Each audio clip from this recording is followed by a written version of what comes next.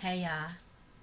Welcome to Receiving Related. This is your first time here. My name is Tara Walker. I'm so happy that you clicked on this video for story time. If you are a returning subscriber or if you are a returning visitor, hey y'all, hey. So, yeah, this story probably gonna make you laugh. If you laugh, I'm gonna judge your mother. Psych, no, I'm just playing. But yeah, you probably will laugh.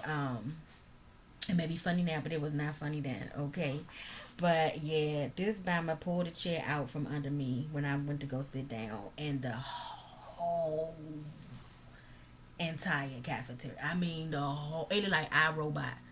The way everybody head like turned at the same time and laughed so hard. So what happened was, um, so I don't know if I mentioned this in other videos, but I went to two high schools. Right, I went to a high school my ninth and 10th grade year, and I also went to a high school my 11th and 12th grade year. So the reason being is because the high school that I went to my ninth and 10th grade year was specializing like math and science, and those were the two subjects that I was like the worst at, and so my grades was the worst that they ever been prior to that. So they kicked me out. And after 10th grade, I ended up having to go to my home school. So that's how I ended up at two different schools. This story comes from the first school. Okay, I think I was in a 10th grade. I believe I was in the 10th grade. And so what happened was we was in the cafeteria, and I had started um so I've had the gift of discerning the spirit since I was a child, probably since I was born. I just didn't know what I had when I was a kid. And so I would see stuff in people all the time, but I didn't know how to express it, explain it. I didn't know how, so I just kept it in.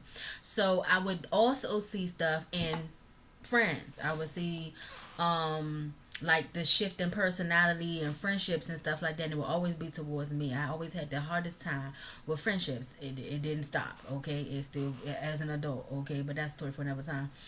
And so I had a group of friends, and that we sat together at lunch and ate lunch together. And a few of them, I believe, I don't know if it was all of them, but I know for sure about three of them off the top of my head, I knew from middle school, right? And so we weren't new to each other, whatever. And I don't know what made me stop. It's something that made me stop sitting with them for a while. And I don't know how many days it was. I don't know if it was like a whole quarter. I don't know what it was. I can't remember what happened that made me stop, but I promise you, I probably discerned something in them.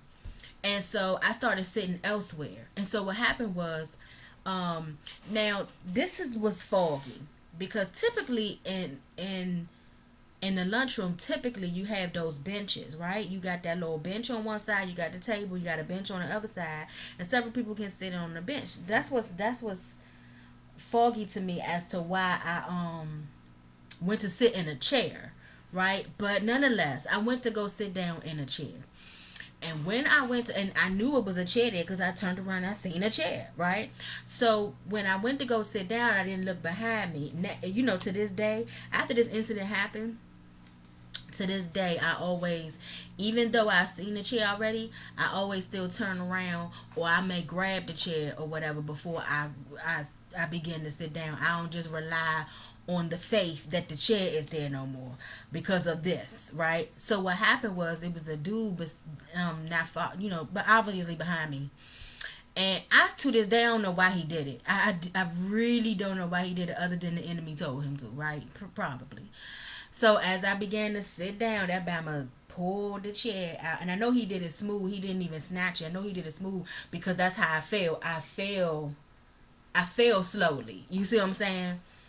But when I fell, I'm telling you, it was. I'm telling you, it was like iRobot. It's like one person looked and that and laughed, and that right behind that person, like everybody in the cafeteria turned around, and I mean they screamed, y'all, like they laughed so hard.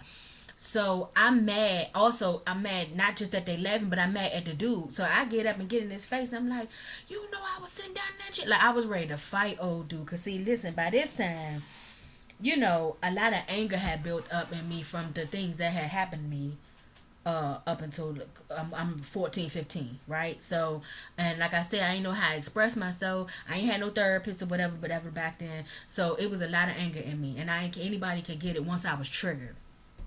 But let me tell you what happened.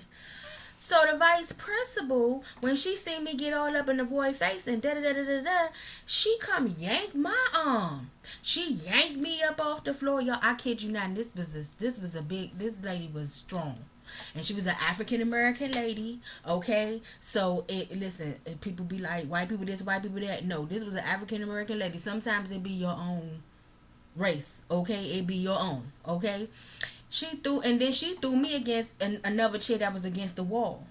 And I say she threw me because I kind of hit the wall a little hard. So then I'm mad at her, and I'm like going off on her, and she like threatened me and stuff like that. She was like, and she made me like we was in elementary school, y'all. Like I was in timeout.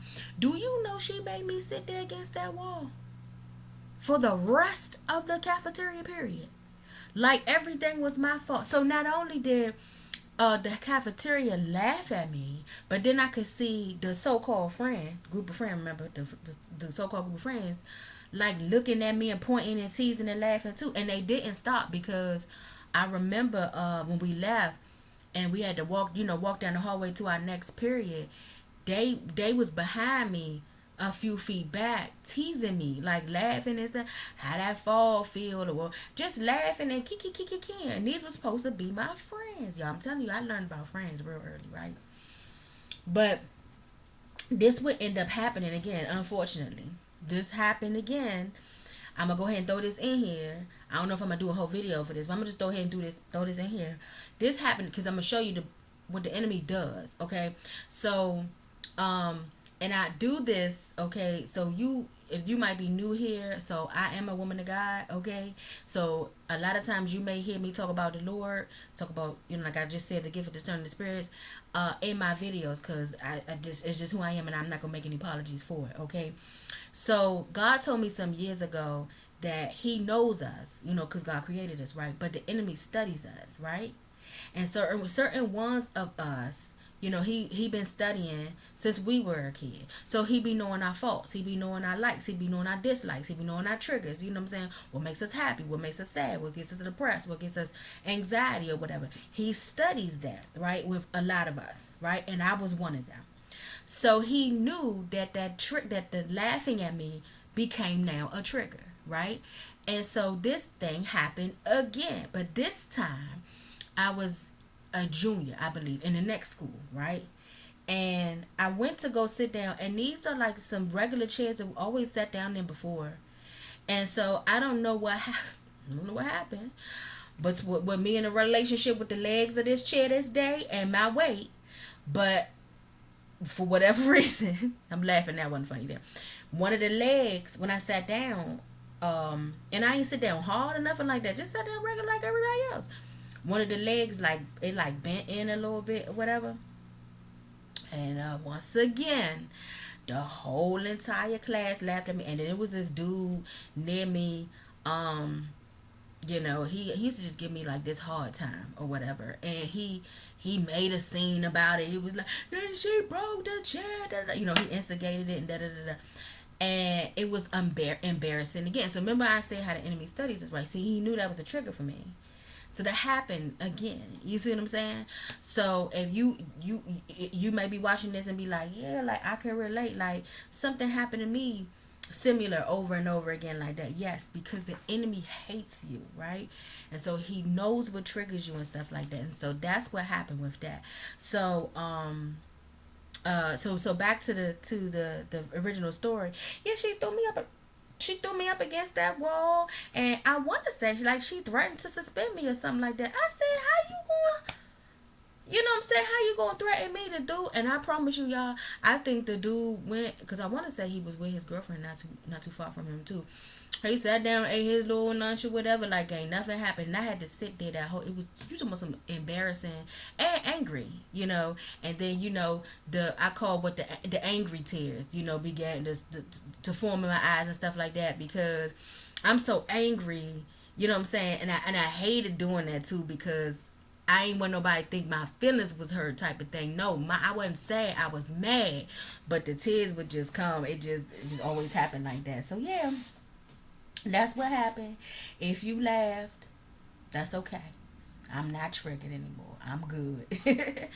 But yeah, this was short and sweet to the point. Yep, that Bama pulled it out in front of me in front of the whole cafeteria. I ain't never been more embarrassed in my entire life, and I was only 14, 15 at that time. But it was just so embarrassing. But the enemy knew. It's called a repeat offender, and something like that happens, and if it's something that keeps happening similar, that's what it's called. I had to learn that. Somebody that I used to be connected to told me what that spirit is called. It's called a repeat offender, and because he studies us, he knows what offends us. He, like I said, he knows our triggers and stuff, and so he'll do whatever he want, whatever he can, you know, to bring anxiety to us, to embarrass us. God don't do stuff like that. He don't do nothing to bring to you to make you embarrassed and stuff like that, or to purposely put triggers. That all of that is straight up from the enemy. But yeah, that's it for this story.